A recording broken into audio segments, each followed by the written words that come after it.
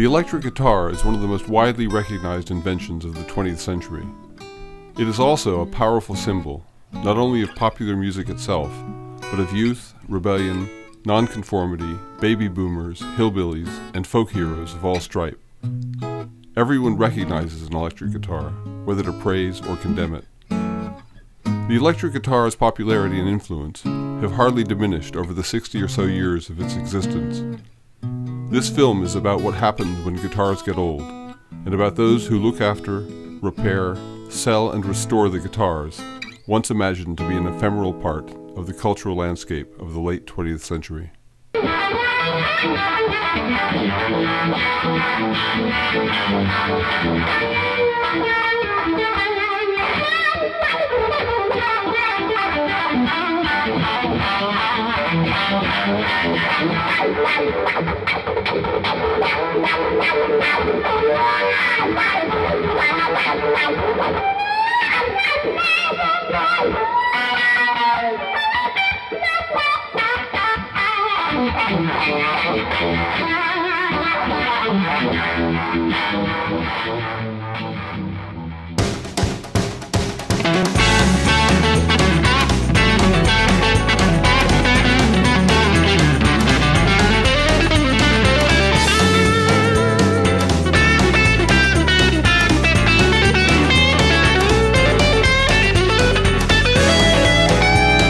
Personally, I tend to prefer the real thing.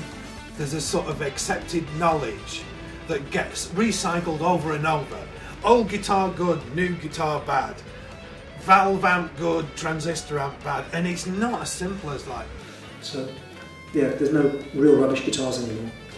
The value of a guitar may be based on its sound, the materials from which it is made, who owned it, its association with fads and fashions, and many other factors.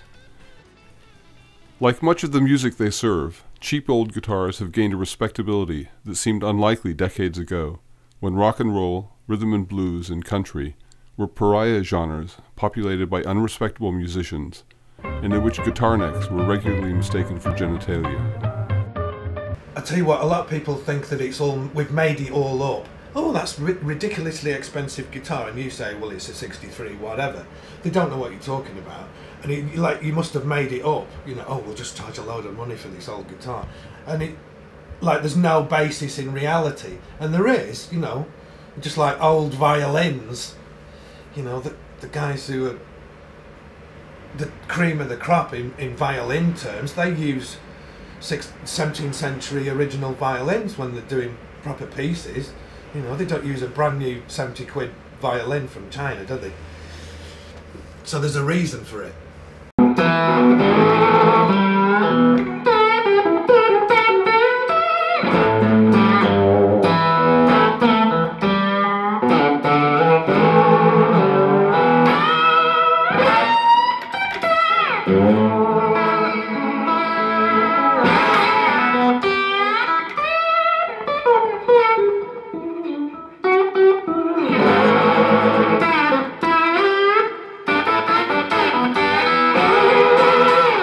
One of the things that makes these guitars so great to play, and it mustn't be overlooked, is the way it makes you feel.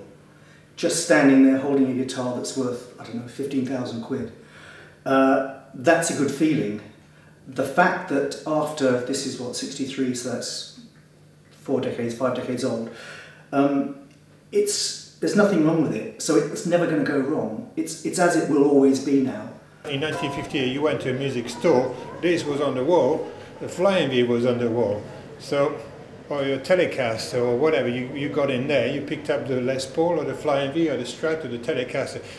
It doesn't matter which one you picked up, it was an all-killer instrument. It just happened that you couldn't buy a bad Fender or a bad Gibson at that time.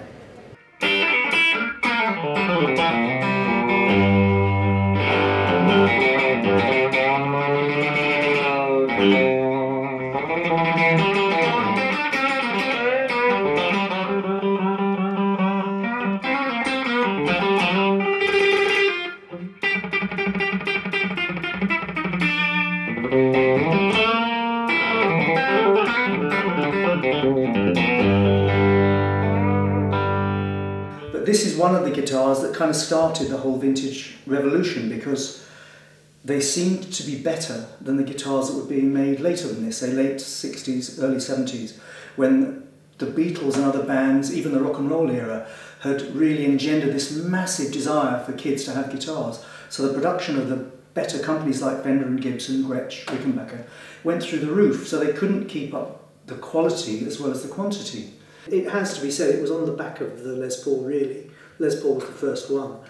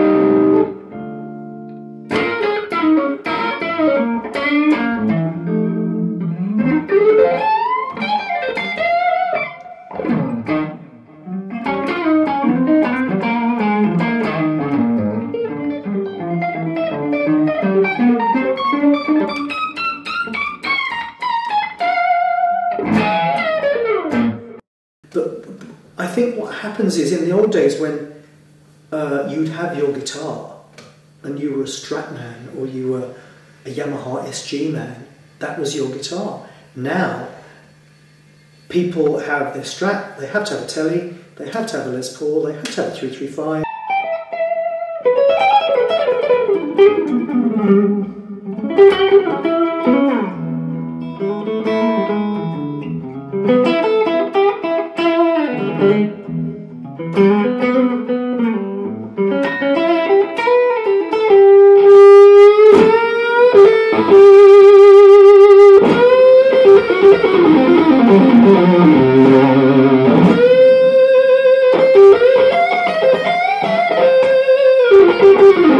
From, I don't know, 50 quid to 500 pounds, you could buy a Fender or a Gibson, any age, any vintage.